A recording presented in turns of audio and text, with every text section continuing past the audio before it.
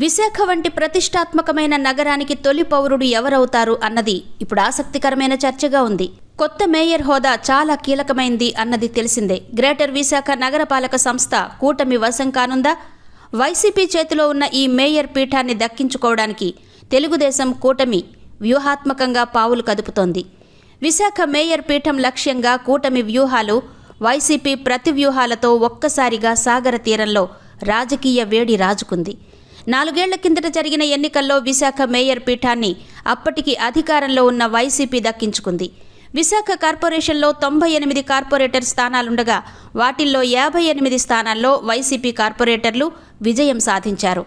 BC వర్గానికి చెందిన మహిళ గొలగాని హరివెంకట కుమార్ని వైసీపీ అధిష్టానం మేయర్ని చేసింది. గత ఏడాది జరిగిన అసెంబ్లీ ఎన్నికల్లో వైసీపీ ఘోర పరాజయం పాలై తెలుగుదేశం కూటమి అధికార పగ్గాలు చేపట్టింది.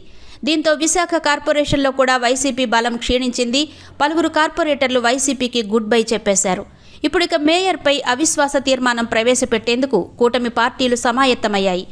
4 ఏళ్ల పదవీకాలం పూర్తయితే గానీ మేయర్పై అవిశ్వాస తీర్మానం పెట్టేందుకు అవకాశం లేకపోవడంతో ఇంతకాలం ఓపికగా వేచి ఉన్న కూటమి పార్టీలు ఇప్పుడిక 4 ఏళ్ల కాలపరిమితి ముగుస్తున్న తరుణంలో అవిశ్వాస తీర్మానం ప్రవేశపెట్టే దిశగా పగడ్బందీ ప్రణాళికతో అడుగులు వేశారు. శనివారం అవిశ్వాస తీర్మానం ప్రవేశపెట్టనున్నారు. దీంతో వైసీపీ, టీడీపీలు క్యాంపు రాజకీయాలకు తెరతీశాయి. వైసీపీ కార్పొరేటర్లను కర్ణాటక, కేరళ, శ్రీలంకకు తరలించారు. టీడీపీ కార్పొరేటర్లను కౌలాలంపూర్లకు పంపించారు. దీంతో విశాఖలో రాజకీయాలు వేడెక్కాయి. జీవీఎంసీ మేయర్ హరివెంకట కుమారిపై అవిశ్వాస నేపథ్యంలో కూటమి కార్పొరేటర్లు శుక్రవారం రాత్రి విశాఖ చేరుతున్నారు. కొన్ని రోజులుగా కొంతమంది సభ్యులతో మలేషియాలో కూటమి నాయకులు క్యాంపు నడుపుతున్న విషయం తెలిసిందే. అయితే వీళ్లంతా శుక్రవారం రాత్రి విశాఖ చేరుకుంటారు. వీళ్లతో పాటు విశాఖలో ఉంటున్న మిగిలిన సభ్యుల్ని కూడా హోటల్ దశపల్లాకు చేర్చడానికి ఏర్పాట్లు చేశారు.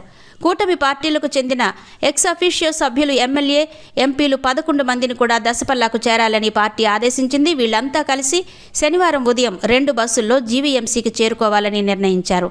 మ్యాజిక్ ఫిగర్కు 2 ఓట్ల దూరంలో కూటమి ఉందని, అవిశ్వాస తీర్మానంలో వైసీపీ మేయర్ ఓడిపోతారని కూటమి నాయకులు జోస్యం చెబుతున్నారు. అవిశ్వాసంలో ఎవరు గెలుస్తారో, ఎవరు కుర్చీ దిగిపోతారో మరికొన్ని గంటల్లో తేలనుంది.